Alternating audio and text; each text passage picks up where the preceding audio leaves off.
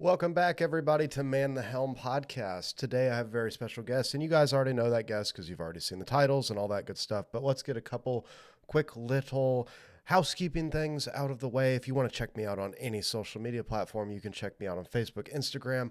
If you're watching this here on YouTube, please consider subscribing, liking this video, commenting down below if this is sort of the content you like. If not, check out the other stuff I got. If you guys are just listening to this on the Apple, Spotify, whatever that may be, make sure you give this a review, interact with it any way you possibly can. I greatly appreciate it. It helps out so much more than you know.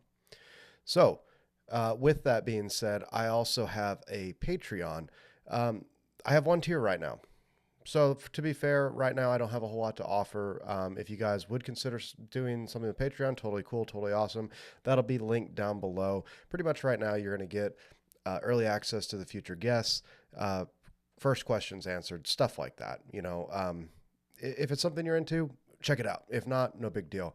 But as always, the easiest and free way is to share this podcast with a friend. That goes so much further than you could even imagine. So enough of all this. Let's go ahead and get to today's episode, which is a little interesting. It went longer than any other podcast I've done before. So I'm breaking this into two parts. So this will be part one. Next week will be part two. So enjoy the show.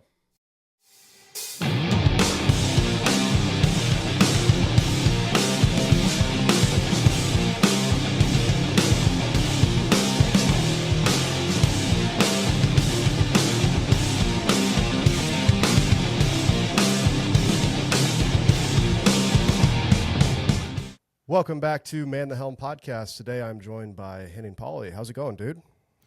Sweating. Yeah, I was talking about that earlier, man. It's the labor of the housework is never done. It seems like, especially when you own a home. Yeah, and I think in this street we own 6.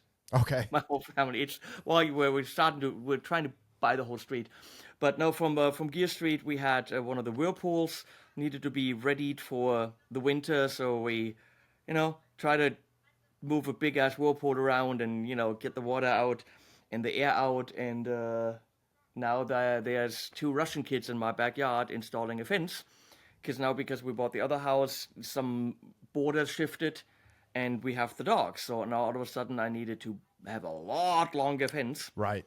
And I was going to install that myself, but then there were some Russian kids at the neighbors installing fence, and they only speak Russian.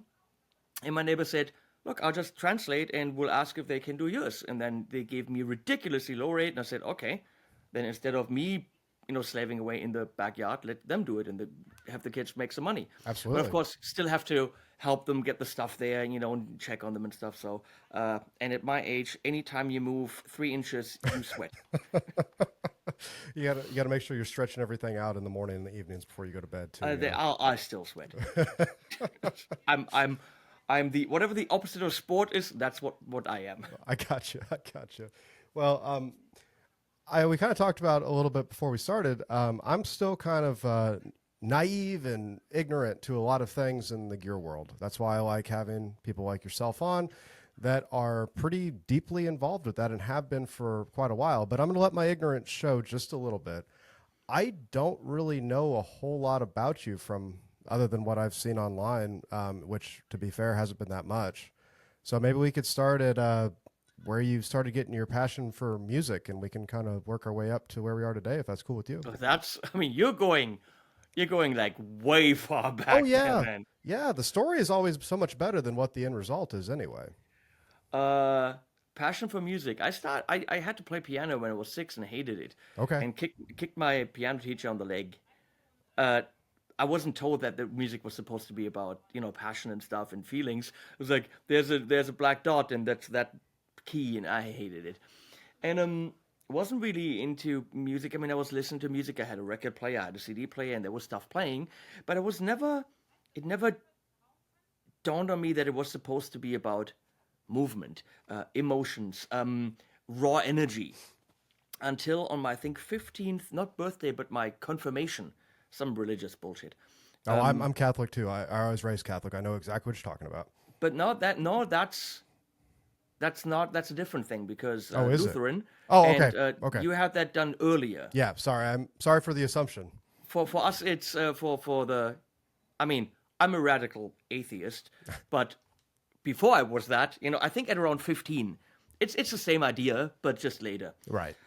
So my brother, because he was a cheap ass, probably got out of the bargain bin Bon Jovi's first album, Okay. the one with Runaway on it. Yep. And I put that on, and that intro starts, that, and from then on, everything was done. I understood that music was supposed to be about jumping around on your bed and just, rebelling against your parents and all that stuff. Right. You've gone wild. And yeah, then I found some friends that liked similar music and started playing guitar on January 6, 1990. Okay. And got a cheap nylon string. And then very shortly after that, an electric, horrible Ibanez. Started playing in a band, local school, cover band, whatever, and so on. And I got relatively early on into creating my own music. Just writing, arranging, bad stuff. Well, okay? sure. Yeah. Yeah, I would say as many people do, but I hear people being so far ahead of their time when I hear some kids nowadays writing. It's like some people have it, I didn't. Everything that I do musically is through hard work, not through talent. Right. Brute force. It is possible to learn the techniques and apply them. Some people just know what they're doing. Yeah. And so, but I never really learned Van Halen riffs. Sure. Okay. Or, I really can't play many songs, actually. I could if I learned them, but I never did. There's people that can go on stage and play anything. Mm-hmm. And that was never me. I always liked to create myself. And when I left, when I was done with school, I think I was going to say 19 maybe, in Germany, we had, I don't think it's called the draft. It's probably the draft. No, mandatory whatever military service. Yeah. And alternatively, you can go and do old folks home, work at a hospital or whatever. So I did that, social services, whatever you want to call it. And I worked at a hospital for a rehabilitation center for neurological issues. Okay. And so it was my job to drive the patients to doctors, take care of them, get them in and out of the car with a wheelchair and all that. And so I befriended a lot of these patients and learned their stories, and I wrote a rock opera / musical about them. And I just like to create things. So that was kind of the thing where my dad saw, okay, this is just more about playing some guitar stuff in some band. And when I said I want to do this, I want to go and study this, that kind of showed him a little bit more that maybe there's a point to investing in that. Well, investing it, never getting the money back. Right. And then he said, well, if you're going to go and do this, then find me a school where when you're done, you're actually equipped to make money and not sit on the street. So Berklee College of Music was the place. Mm-hmm. And they accepted me, well, because he had to pay. Back then it was insanely expensive. Yeah. It was $9,000 a semester, plus living in Boston. Yep. Now it is, I literally want to torture these people from the college. Like, I want to say shoot these people. I'm not into guns, but somehow poke them with little needles or something like that. Because now a semester, do you know how much it is? How much? 25 grand. Oh, okay. That's for 4 months. Yeah. Room and board, if you're in the dorm, I don't know how they come up with that number. It's $10,000. So these kids, these parents, what insane parents in America are like, yeah, let's spend $2,500 a month on a shared room and cafeteria food. Yeah. Like, how insane is that? Yeah. Well, I love the school, but that makes no sense. Yeah. I went to, they did a summer program right when I was about to graduate high school that I went to. And it was one of those, like, I had the idea of grandeur when I went there, because you hear all the stories about, oh, Berkeley, musicians, the John Mayers and everything like that went there. And I got there, and don't get me wrong, I 100% agree. I love the instruction that I had. I did learn a lot. It was like a 3-week little thing. Hmm? But man, the second came down to like what I was going to decide to do after high school, and I just looked at it and I was like, there is no way I could ever afford, let alone come close to paying back a 4-year degree from Berkeley. I mean, if you took out student loans, it would be the most irresponsible thing to do. Yeah. And I get it. I get that the American kids want to do it because it's like, well, get out of high school and my parents saved up the money anyway. So party time, excellent, Right. smoke some Right. doobies, whatever. But at the tune of 200 grand, No. Yeah. partying up a little bit so that later you can play. At the most, if you even make it that far, you play some wedding gigs. Yeah. Yeah. I mean, yes, there are people who made it further, but even the people that have steady jobs in music, which I guarantee you, I know this, is maybe 5% of the people that finish. Sure. Yeah. The top 5% are the ones that actually go somewhere. Mm-hmm. And even those can't pay back student loans at the tune of $250,000. It's utterly ridiculous. Berkeley doesn't have fraternities where you meet the cool guys from, you were in that Berkeley fraternity, you immediately getting into the Writers Guild here where you get the Grammys. No. That's not how it is. Yeah. It's musicians, it's free spirits. It's like we don't do fraternities. No.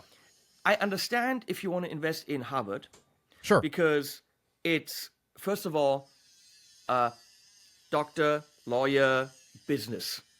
Those are higher paying jobs where if you are in a Ivy League school and some kind of fraternity and you're kind of already in the right circle of people and you're getting into the right firm when you're out, that money is not invested necessarily into the education, which is a good education, but it is invested in the networking that will get you the foot in the door for the job that very likely helps you pay off the student loans. It makes sense. Absolutely. For a music school, 25, so with room and board, if you stay there, $35,000 for 4 months.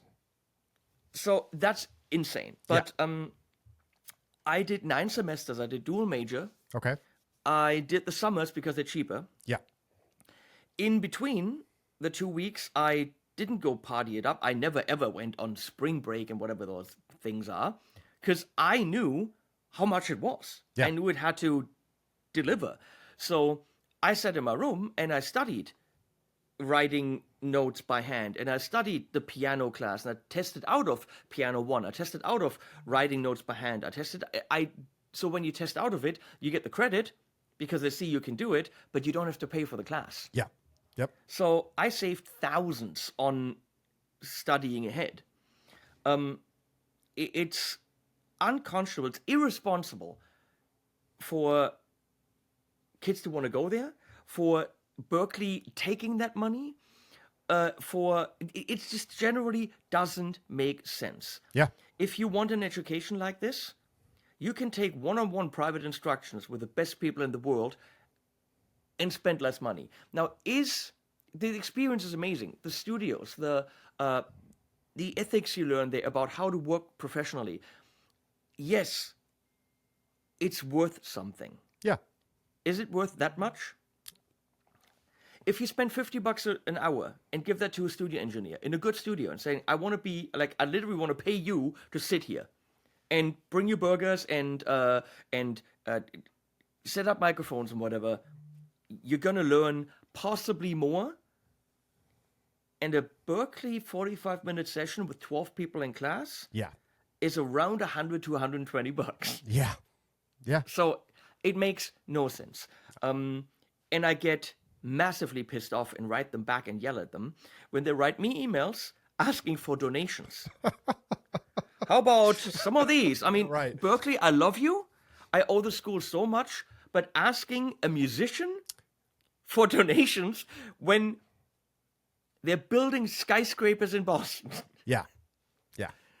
But, without trying to be political, yay capitalism.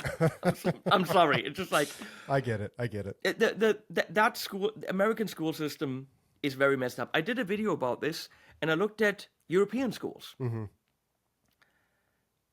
I think I had a list of, let's say, 15 Okay. good schools. Yeah, like good stuff. And I think out of 15, there were 4 or 5 that were paid for.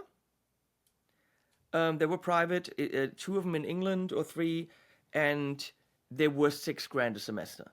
So we're still like way, way, way, way off. Most of the German ones that I saw, I think all they're good names, good education, free, 0. Because I pay taxes for that shit, Right, so that right. those kids can go to school. Yeah. Yeah, it's that whole student loan thing not happening. And you made the right decision. I mean, it's a great place. It made me who I am. It gave me the skills that got me where I am. But at $9,000 a semester, Right. which is already ridiculous. Not 25. Yeah. Yeah. Well, and to be fair, I was looking at it, and I'm happy. I don't know where this came from, because I definitely didn't have it before that moment. Being a young kid, being able to think critically. I don't know what it was. It just hit me in the head and was like, dude, this is not worth all of this, man. And then trying to figure out what I'm going to do afterwards. And I'm sitting talking to some friends back home, and it's like you just said, it's like, well, if you want to get in the music scene, you want to play guitar, why are you going to school to learn that? Just go play guitar. Go get in bands. Go play in cover. To play guitar, it makes very little sense. Right. Arranging, production, music technology. I absolutely, and that's what I did. I studied arranging and sound design. Mm-hmm. So I can program keyboards and shit, and I know my way around a DAW. And I'm an arranger. I mean, I can arrange a cappella, jazz, brass band, orchestra, whatever, metal band, doesn't matter. I understand the instruments and I can put them together. Right. That most certainly helped me in my career writing the kind of music that I do. Sure. How did it help me with my current job? Absolutely 0. None. I never focused on pedals and amps or anything. Right. That wasn't, guitar was on the side, that wasn't important. And now it's literally all that I do. Yeah. But I describe my life, and I think the life of a successful musician, the term that is very important to me is going where the wind blows. Okay. Yeah. You have an opportunity there. That's the best opportunity right now. Go there. Yeah. I was always very opinionated and picky when I was a kid. It had to be certain kind of music. Couldn't be. I mean, if it deviated from hard rock in the tiniest bit, it was shit, and I wasn't going to talk about it. Right. Yeah. Yeah. I think we all go through that. And once you realize that music is so much more than bands. Even just bands of any style. There's music playing in a movie. There's music playing in a TV commercial. There's music playing in a TV show. There's music playing in an elevator, in an app. I mean, there's music, little melodies, jingles everywhere. And somebody's got to write that, and somebody's got to get paid for it. Yeah. Once you understand, okay, that's where it goes. I mean, I took a job in California when I moved there after Berkeley. First, I worked at Guitar Center because it's where you meet people. Yep. It's also where you lose your soul. For sure. That was the worst time, among the worst times of my life. I was so depressed. I hated it so much. And I was working on Sunset. In the big Guitar Center, and I just hated it. But I sold some stuff to a studio way outside LA in Riverside, and they couldn't get a peep out of it. After 2 weeks, they called me, and I had already quit the job. Because I said to myself, on the day where I start selling shit to people that they don't need, just so that I get commissions, I quit. I have this stupid thing which is called ethics and shit. Right. Yeah. And I didn't want to be that person that takes it sells people a keyboard for $3,000 when they literally just want to play Twinkle Twinkle Little Star. Like, and I realized I had to do that to make a living, so I stopped working there. So they called me and I said, you need someone to write you jingles, because they were an ad agency, Okay. and record TV commercials, record radio spots. So if you heard the K-Frog country stations radio spot for the local mattress store, of course, the Sunday, Sunday, Sunday, only at Dawn's Auto Center. Yeah. 0% APR financing. The spots that make you want to throw up, I'm the one who did those. So, you're welcome, world. you know what? It paid the bills. And then exactly. On the side, I produced some music. I also did some local bands, but on the side, I produced my own music. Yeah. And music that I had written in Germany with a band. We never had a vocalist, and I found a tape. I don't know if the kids know what a tape is. Yeah. Yeah. And a tape from a rehearsal, all instrumental. I said, you know what? I'll produce that music. Completely put it together. Asked a friend from a local band there if he could sing it. Not really a rock vocalist, but he sang it. Mm-hmm. And I took that home to the guys in the band and I said, by the way, the album we never did, it's right here. And we listened to that, had coffee on, like a Christmassy day, I don't know, 2 days before Christmas. And we just had a good time reminiscing about that. And they just loved it. And I sent that to an internet radio station. Okay. And they loved it. And they started playing it. So my music playing right next to Rush, I'm like, okay. Yeah. I'm fine with that. 63 listeners. Hey. Fuck yeah. Yeah, right. I mean, come on. Be happy about the little stuff. I was excited. I had tears in my eyes. I was like, wow, that's cool. And then they were like, well, James LeBrie said if we ever have someone who's really good at shit, he wants to know about it and maybe we can do an album. And I'm like, yeah, right. Sure. Dream Theater's James LeBrie. Yeah. Bullshit. Yeah, and then I did an album with him. Yeah. And then that happened. And then I had nothing else to do after that, and I like making music. I don't like the whole interviews afterwards, and I don't tour, and I just like making the music. Right. So I did another one, and I think another one, and then we wanted to do another one of that project, and then James said, I'm good friends with Sebastian Bach. However someone can utter that sentence, I have no idea. Right. So he sang on the next album. And that destroyed my life then the second time. What a douche nozzle that man is. It's a good album though. Yeah. And I did a whole bunch of those things, of progressive rock and metal things, and it was fun. But then ad agency kind of, I was paid I think for a year and a half or two just to write my own music monthly. Mm-hmm. Just had a monthly salary to write whatever, release it. Okay. But then that ad agency was going under. The house that I was renting was being sold, and it was looking like I had to start over. Yeah. I said, well, if I got to start over, I might as well move back to Germany, where my parents are. And it's kind of weird to just always only for the rest of my life see them on vacation. Also, every vacation is going back home. So went back home, where the wind blew me, but I'm a nobody there. Got no record label. Yeah. Nothing. So I started teaching guitar. Mm-hmm. Back to square one, showing kids C major. Yep. It was like this. You can also do this one. That's a D. That's a G. Just for the kids out there. And again, built a studio in my attic. Did 4 albums for the label that I was on. Okay.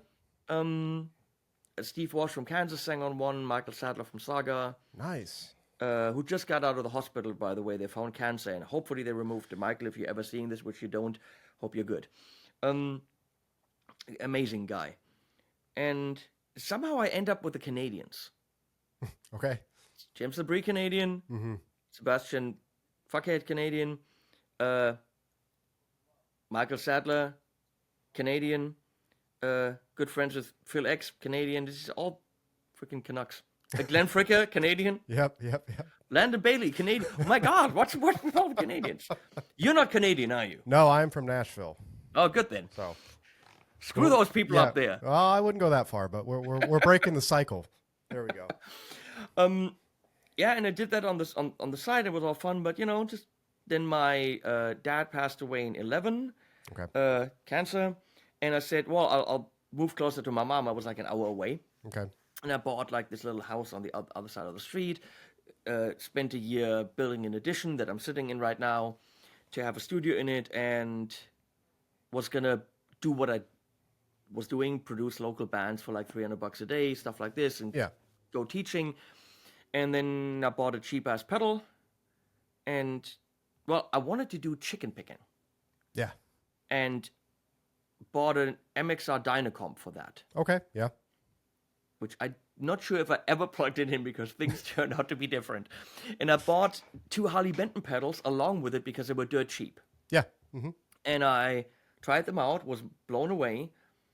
Because I was at that point in time starting out looking for pedals and ways to make tube amps sound different.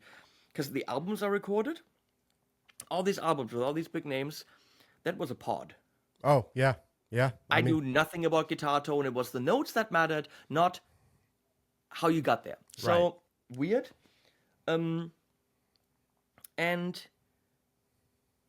yeah, bought the Dynacomp, but then I made two little videos about these Harley Benton pedals because I thought, I don't know if there's anything on YouTube about pedals. Yeah. Of course there was, but I was an idiot. But then people really loved those videos. And because every other video was like a bad cell phone video or like a, not well produced video. But I have a studio and I know what I'm doing. I also knew video editing because I had done that in the ad agency. Okay. Yeah. Yeah.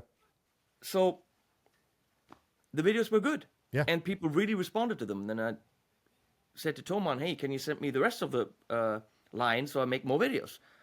And then for years I made videos for cheap China pedals, as one does. Yeah. Didn't charge for them.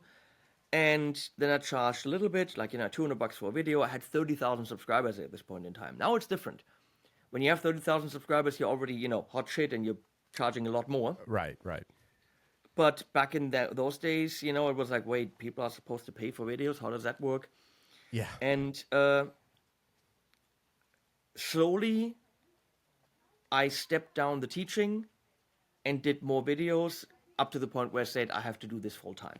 Yeah. Which maybe was in 16. Oh, Not okay. sure, but maybe. Okay. Yeah. Yeah. Well, I mean, like you said, though, you got to go where the wind blows or wind takes you, man. I teach guitar at a local mom and pop shop right now. And that's one of the things that I have a few intermediate players that are getting to that point where it's like, well, I really, really, really want to play this.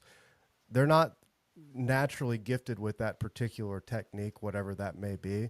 So we can sit here and we can drill this out, but let's look at what you're really, really good at. And let's kind of lean into that. That's like one of those things that's already been given to you. Not trying to say that you just need to completely neglect whatever other technique you're trying to learn, but focusing so hard on something that isn't going to pan out. You know what I mean? I've never quite understood that in the musical space. You know what I mean? Because you gotta be flexible and you got to be able to go where stuff makes sense. Yeah, I mean, I'm not the greatest guitar player in the world, but I don't suck at it. Yeah. I'm not the greatest videographer in the world, but I don't suck at it. Right. I learn new things, and for YouTube, I had to learn how to film myself. I knew a little bit, but I had to learn more. I had to learn way more about cameras. I had to learn more editing. I learned a shit ton about pedals. I had never in my life used a fuzz Yeah. before I had a pedal channel. And sadly, now I have to talk about fuzzes. Boxes that make your guitar sound like shit. Right. But that's part of the job now. Yeah. No, it's obviously a very different job than what I signed up for. But the fun thing is, I still make music. Yeah. I produce full songs oftentimes for my videos. And now sometimes I, do the easy one where I just noodle over something. But lately, and it's again so amazing where the wind blows you. So when I lived in Riverside and worked in that studio, I produced songs with Cindy Markline, Okay. kind of AOR stuff, some nice stuff, and she knew Mark Mancina, Hollywood composer, who did a lot of Bruckheimer movies, like Oh, okay. Twisters.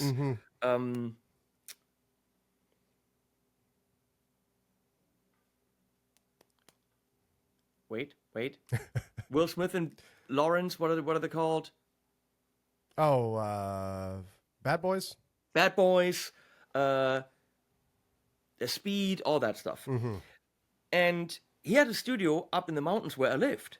But she wanted me to introduce me. We never met. So I get an email a couple of months ago. Hey, this is Mark Mancina. I love your channel. Let's FaceTime. So Mark Mancina is now a diehard fan of my YouTube channel. Right. The guy, do you know a little song called Hakuna Matata? Yeah. Right. That's him. Yeah. Yeah. He's the guy behind the Lion King musical. He did the songs. Hans Zimmer did the music, the soundtrack, not the songs for the Lion King. That was Mark Mancina. But he isn't credited too much because he was working with Hans Zimmer at the time. Right. Like he was smaller. Tarzan with Phil Collins, that's him. Moana with Lin-Manuel Miranda, that's him. So I'm literally like talking to one of the top Disney composers right now. Right. Which is one of my favorite things, Disney music. So yeah. I'm talking to this guy. I'm like, what the crap? And he's sitting in bed talking to me. And then I'm like, so embarrassing. It's like, this is my wife. Wife sitting in bed next to him. And she's literally, I'm not shitting you, wearing an HP 42 shirt. And I'm like, what? So, just for shits and giggles, I started to do these metal versions of his Disney songs. Mm-hmm. Yeah. Like You'll Be in My Heart, and like Genty Metal and all this stuff. And he sends it to Phil Collins. That's just so wrong. But we start talking, we become friends. So it's so weird where this job can take you. I mean, I'm just coming from Marshall. I was never a Marshall fan. I always bitched about Marshall. Yeah. Never really cared. And I made a video saying, hey, I think Marshall will fail because of some stuff that was going on in the press and just some observations in the industry. And then the whole industry, like a lot of people came to me and saying, well, you were very on point with what you said there. And it's easy for the competition to say, way to go on that video. Right. It's easy for some other people to say, but there were some higher ups in some companies who said, you have a very, I don't know. Those were keen observations on the business end of it. Mm-hmm. I don't know. I just put a couple of things together and said, I don't know if it works what they're trying to do. But then I got a call from Marshall R&D, literally from the head R&D lady, who said, can't argue with you, you're right. Yeah. Then I got a call independently from Marshall, head of marketing, who said, wasn't happy that you said these things, but I also can't tell you that you're wrong. And both of them independently said, you come to England and see what we're doing. Okay. Because there's stuff that you don't know yet. Mm-hmm. So I was there on Monday. And I'm at Marshall hugging Terry Marshall. That's the T in JTM. Yeah. What do I know? Yeah. And looking at their new product line for the next couple of years. I'm like, okay. It's weird. You never know where you end up. Yeah. Yeah. It's one of those things. And the typical Nashville adage is you got to be present to be known, right? And that's usually like on the cover scene, where you got to do that. It's the same thing for any creative endeavor you're doing. I've got plenty of friends that are trying to do the same thing I'm doing right now, of doing the social media side of things, the YouTube side of things. If you're not out and putting yourself out there, those situations are never going to happen. We like to compare people that have been working at this for decades to people that just started, a year or two ago. Of course, you're not going to have, this massive success that happens out of nowhere. You're going to have this slow burn effect that you just consistently working your ass off week after week after week to get to these points. You know what I mean? And it can happen relatively quickly. I mean, I just bugged the heck out of Brian Wampler for too long. Now he just likes to talk to me every now and then. You know what I mean? That's the biggest thing, You got to show up. I mean, look at the top guys in studio players. Yeah. Nathan East, April Boyle Jr., Neil Steubenhouse, the Phil X's, the Calver Haynes. They're great players, but there's a million great players out there. Exactly. They're the guys that show up, the guys that are easy to work with, the guys that are nice. And again, show up on time. I Yeah, mean, how many times can you show up late to a studio session before the producer says, I'm sorry, we wasted too much time on you, next? Because exactly. next is outside. Yeah, So you just don't show up late to a studio session, yeah, you know? yeah. Well, And it's showing up. And for someone doing YouTube stuff, I hate it, but you gotta show up to the trade shows. Show up to every single one.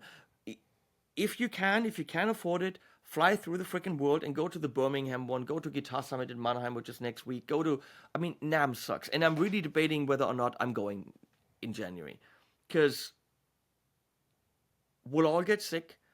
We'll be down 2 or 3 weeks, which I can't really afford. yeah, Uh, but you have to be seen. You have to do the job. yeah. And for me, that's a big thing. You have to do the job. So when I do Gear Street, my YouTube event, Mm-hmm. I always say, I don't care how big the channel is, but you have to do the job, Right. which means you have to have decent audio. You have to have decent video. You got to be honest. You can't blow smoke up people's ass. That's not what the audience needs. Yep. You have to have regular uploads. Like, I can't take a channel that has got a video a month, invite him here and push him on brands and say, this is your new friend. Then they're Yeah. going to say, well, he does a video a month. What's the point here? Yeah. So, regular uploads, good quality. So, I saw this one channel in Spanish. Mm-hmm. Good in front of the camera. Really good. Amazing editing. Great videography. Way ahead of his sub count. Like, just, he jumped miles ahead in all of those aspects. Then he picks up a guitar and plays like most basic chords rather badly. Yeah. I got you. And you don't have to be a Steve Vai in any way. You know, if you can go into a bad cover band and kind of survive, Right. that's fine. Right. But you have to have at least that level of guitar playing. Yeah. Because you are recommending gear to players, which Yep. means you have to be able to judge the gear on a realistic, real world use. Mm-hmm. And it was clear to me, for example, that he was showing like a Helix or something. And there was digital clipping happening. So he had it too hot into the audio interface. Yep. The fact that he left it in there shows me that when it comes to the guitar side of it, not all the rest which he's got down, the guitar side of it, he's so new that he couldn't determine whether that's actually a desired sound or digital clipping, which he shouldn't have. He didn't know the difference. Yeah. And that's not someone I can invite and push on brands. I have to weed out people that, are not quite ready yet. So I Yeah. always say, you got to do the job. So even very good friends of mine that I dearly, dearly love, without saying any names, I've known them for a long time. They're some of the greatest people, but they got into a rut where they can't really do the job because I know how it is, burnout, and it's Mm-hmm. the products are sitting there, and oh my god, I got to do this. So what happens is they started just doing live streams, Okay. Yeah. 1 or 2 live streams a week, which is okay. Yeah. It keeps I haven't done a live stream in years. It keeps the audience engaged. I get that, but I can't invite them to my event where I'm pushing them on brands Right. because then they don't present the value that the brands are paying for to meet them here. Yep. So doing a live stream is not an issue, but you got to do the regular work. Yeah, and like I like what you're saying too about the selling them on a brand, because you have to make yourself appear valuable to these people you want to work for. You know what I mean? You have to bring something to the table. You can't just say like for instance with that gentleman that you were talking about that has, great production quality, great editing, great audio. Okay, but if we're going to give you an amplifier, we want you to play that amplifier to a certain level of degree. Or if your video sucks, like, dude, you can't even see the product. How am I supposed to like have you demo something or make a video for me when you can barely see it out of your potato cam? Yeah. I mean, there's you can get away with rather rudimentary video. Sure. Yeah. I see it all the time. Mm-hmm. Sometimes it's almost expected. I hurl when I see bad video quality because I pride myself on good video quality. I mean, Yeah. we're doing a fucking podcast, and that's $8,000 I'm looking at. Now it's probably more with a mic. Yeah. And that's like my regular camera. Right. And that's one of over 45 that I have. Yeah. Because I have an issue. See? Some people get crack, some people like cocaine. Yeah. I buy cameras. I get it. There are plenty of things, and I was talking to a friend of mine about that. One of the things, and this might be a good insight for you to see what you think about this. He doesn't want to start because he doesn't feel like he has enough good enough quality of a piece of equipment, i.e., cameras, audio equipment, stuff like that, to actually start. You know what I mean? I've never quite understood that because the cell phone videos, yes, they are not as good a quality as you possibly could, but they're pretty damn good right now for the time we live in. Cell phone, if you know what you're doing, yeah, even if you don't know, that's a cop out. Because if you look at Steve Cassidy's channel, newer channel from Scotland, Steve, first of all, records with his phone, and it looks fantastic, like really good. I think he's smart enough not to record audio with his phone, or at least he's got something attached. Sure. But the quality is insane. Like, I've got an iPhone 15. I mean, that is more than some cameras. Yeah. But you can record 4K in Apple ProRes on that on an external USB-C drive. So phones do a fantastic job. He also, very early on, found his persona with the hats, always a blue jacket. He has these glasses that look like they're pixelated. He doesn't wear glasses. There's actually no glass in them. Right. He beautifully crafted an online persona for himself. In the background, has some LED lights, make the room blue, all budget. But his videos look very nicely produced, all done on a phone. Kalen from Six String TV, 30,000 subs now. He's got 2 channels, iPad and iPhone. Yeah. So fully doable. I mean, iPhone 16 now has ridiculous video stuff. You can even have like voice focus and all that stuff automatically. But I mean, I think with the 15, they started with the USB-C out to external hard drive. Because the problem is for me, if I record something in ProRes on my phone, space is an issue, but also how the crap do you get it off there? Right. You got a 50 gig file. How do I get that? With an iPhone, that's a pain in the ass. But if you can actually record onto an external drive, put that on your computer, done. Yeah. Yeah. So phones work just fine. If you look at John Simon's Sonic Drive Studios, do you know? I'm not familiar with Okay, them. John is a big amp guy. Okay. Huge amp collection. I think he's got 80 or 90,000 subscribers. I said to him, John, he did a beautiful rectifier comparison. Rectifier in all the modelers versus the actual thing. Yeah. With the same IR. A lot of work in that video. And I said, why is all the blacks behind you on the wall, they're very grainy and crizzly, and you can actually see compression happening there. And then I find out he doesn't give a rat's ass about cameras, which he should. He just keeps buying amps. Right. And he records everything on GoPros. He's got 2 GoPros, that's it. I see. That's not even $1,000. Yeah. Yeah. Now, GoPros are fantastic cameras if you're skiing. Yeah. Yeah. Because you've got all the light. Mm-hmm. If you've got the light, a GoPro is amazing. Inside, it's problematic. You'd have to give it a lot of light. They literally want sunlight. Yeah. That's the problem with the GoPro. But that's what he does. And I said, John, this is your living now.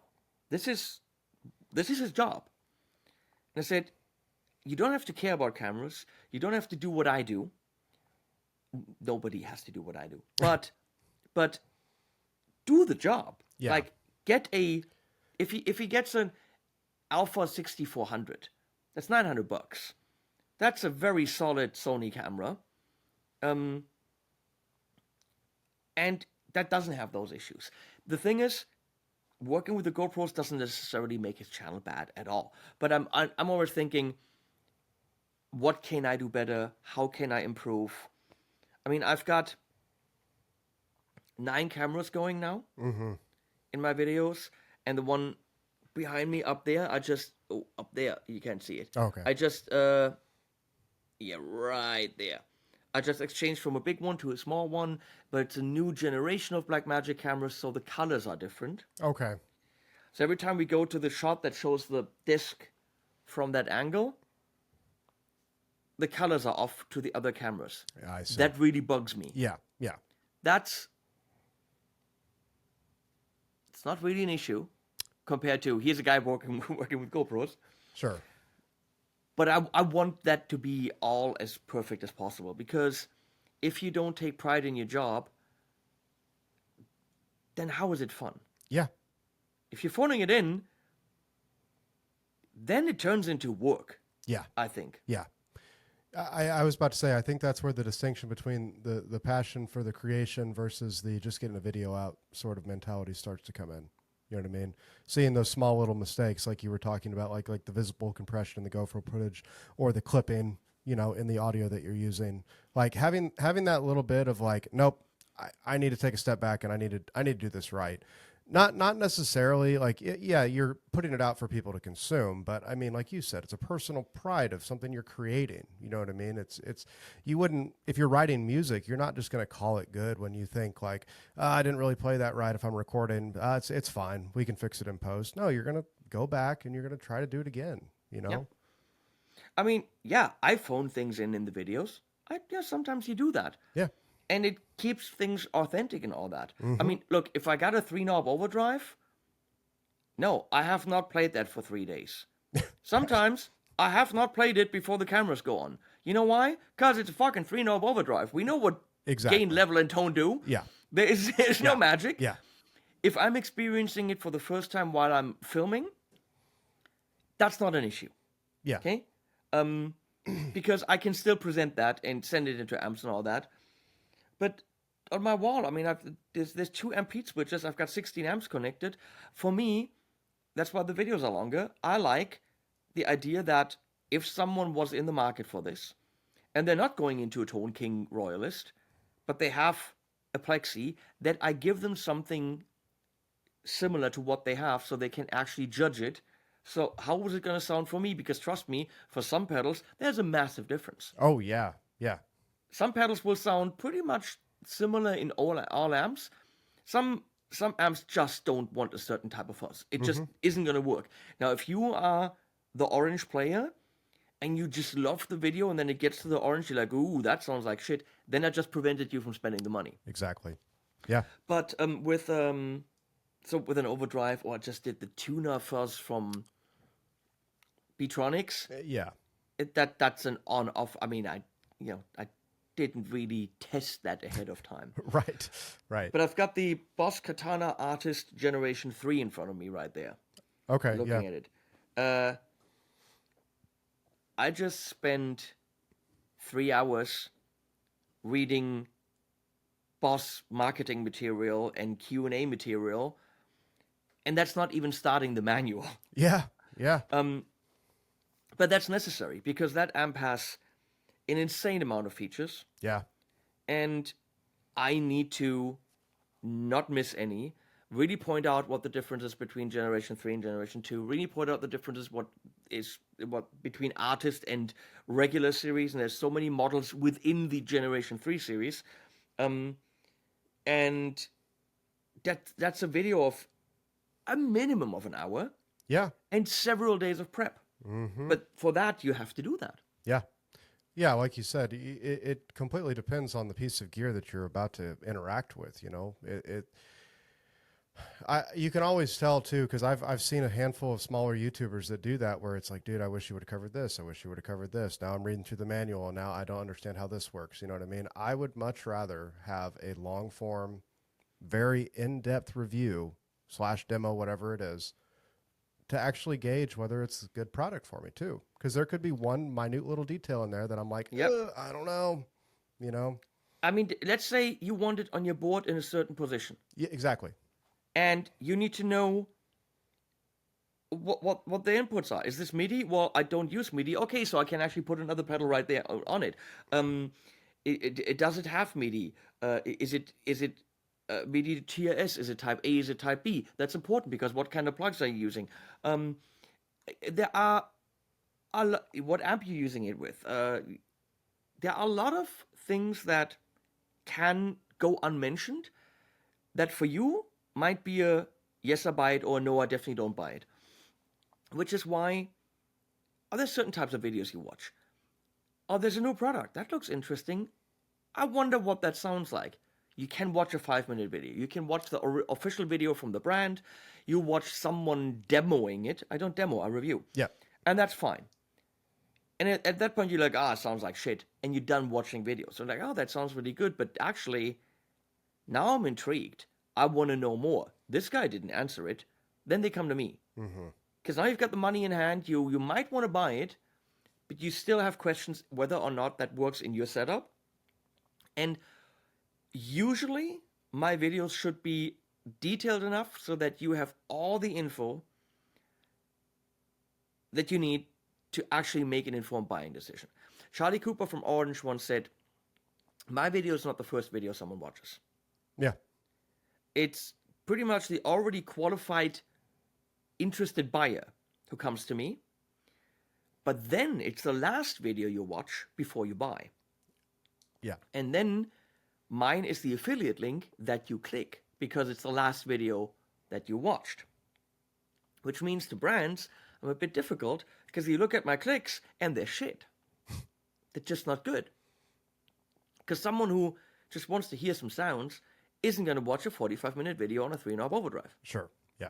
Yeah. But someone who wants to spend the money and not spend it wrongly, they will watch a 45-minute overdrive. Which means when they're done, they'll click my link. Which means my affiliate sales are considerably higher than those of a lot of my colleagues because I go in depth. Yeah. Yeah. And that's why Boss gives me this complicated shit. I don't do everything for Boss, but when they know it's something like, that requires a lot of work, then they come to me because they know it's going to be the video that answers all of these questions. So I gotta I gotta do that. But that means that when companies look at my clicks, they might think, well, why should we pay this guy? He's actually one of the more expensive YouTubers. Why in the world? Because we don't reach a lot of people. Yeah, but you reach the people that have money in hand. Yeah. And then it's my job to tell them, or actually show them, here are my Thomann affiliate numbers. And I've moved over 6 million in gear at Thomann alone. That's just one shop. Yeah. It's a big shop. Oh, sure. But that's only the people that clicked on my link, which I'm going to say is at the most 20% of the people that will buy. Oh, yeah. Yeah. I'm going to say people that buy at Thomann, probably only 20% click on my link. And then a lot of people buy somewhere else, which I can't track in the same way. So I'm going to think if I got 6 million in trackable, we're probably talking 30 or more in actual sales. Yeah. And that's a number that when brands hear it, they go like, oh, there's a little bit more behind this thing other than just he has so many subscribers and so many clicks. Right. Right. Because I'd be the first to tell you, if you want reach, I'm not your guy. Mm-hmm. It's not what I do. Yeah. But like you said though, that's the value you're adding. Not only the subscribers that you have that are watching these videos, or the people that aren't, that are coming to them, like you said, they're actually buying the gear, whether it's straight from the affiliates or wherever. It doesn't matter. But that's the thing that I like to relay to listeners as well. It's like you found what you're really, really good at, and you're leaning into it when it comes to the YouTube side of stuff. You know what I mean? You're really good at getting into that very specific, the nitty gritty of the gear side of things, and being very authentic and honest. When you make a lot of people mad, you know you're doing something right, man. And I made quite a few people mad. Yeah, yeah. Well, but that's the thing. I would rather someone be very genuine and say, "Hey, this thing is awesome," or "Hey, this thing is shit." You know. But to be fair, I'm sure you're not reviewing things if you think, or yeah, I'm sure you're not reviewing things. If it's total shit, Yeah. I can't burn the bridge with the brand. Sure. Sometimes I do, and that's fine. But if I have to say, look, I wouldn't buy this ever, because there's cheaper and better other brands which are right here. Then I send it back and say, look, I can't do this. Yeah. And that's just, I mean, you have to do that to protect your business. But I will never in a video say anything that I'm not 100% convinced of. I will never recommend something that I wouldn't want to recommend because someone pays me for it. It's just not going to happen. Because in the end, and that's what the viewers have to understand, is the viewers are paying me. Yeah. Yeah. I mean, the guy that makes the decision is at the brand. I get that. The guy that gets the money is the shop. But the shop bought it from the brand pays me. So in the end, really, the money comes directly from the viewer. It's not, well, indirect, Yeah. complicated things, Yeah. market, and then it comes from the viewer. They pay for it. So I have to be truthful to their needs and hopefully not alienate the brand in the process. But that means if I have little critique, I'm not even going to tell the brand about it. If I have some things where I go like, oh, this is a rather big critique, I will tell the brand about it and say, I would like to say this in the video. Sure. What do you think about it? Because I have an issue with that, and they're like, well, that's fine with us. For example, the Annie mobile PA from LD Systems. Okay. It's not bad. Has some positive things, some negative things, but it comes with a wireless module built in, and it comes with a microphone that connects with that wireless module. What they should have done is have just an XLR wireless adapter, so you can use whatever mic you want. No, it's their proprietary mic. I see. Yeah. Which, if you take it in your hand, you go like, this is complete shit. Right. It's the cheapest plastic karaoke Chinese microphone you can. Bad. And then there was no volume. At full blast, it's like, hello, where's the volume? So it's got a little trim pot. So with tiny little screwdriver, you can trim it up. Yeah.